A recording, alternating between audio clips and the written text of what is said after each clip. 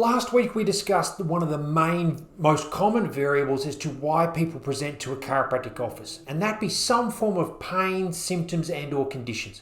They're looking to see if chiropractic care may be an option that can help with that.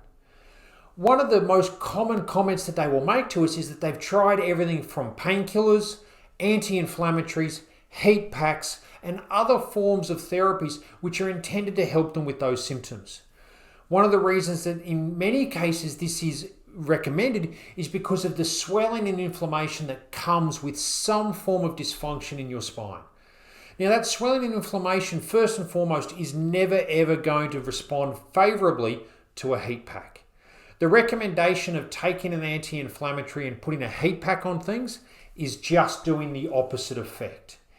If we were to address the swelling and inflammation in isolation, the first thing that we would recommend as a chiropractor is to use an ice pack. It only has to be on there for a very short period of time.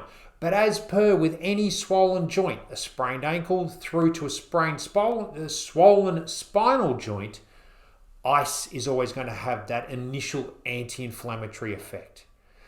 Now, the swelling and inflammation is actually a protective mechanism of the body. It is trying to heal the injury and stabilize it at the same time. As a chiropractor, we value and respect this. We understand that the swelling and inflammation is a protective, very intelligent mechanism by the body.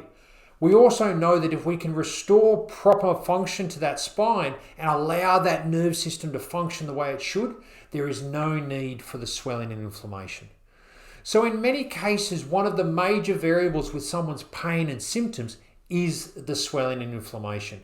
It's something that we as a chiropractor look for on our examination. It's something that we as a chiropractor address and understand that needs to be addressed. And our adjustments by restoring motion through the joint itself and allowing the nerve system to function help the body reduce the swelling. Ultimately, that also helps with the pain and symptoms that we discussed last time. So remember, swelling and inflammation is not bad. Don't use a heat pack. Try and use the ice pack. It's only got to be on there for 5 minutes. And the best way to reduce the swelling and inflammation is to get your spine moving better. We will discuss that and the Gonstead adjustment next time. We'll see you soon.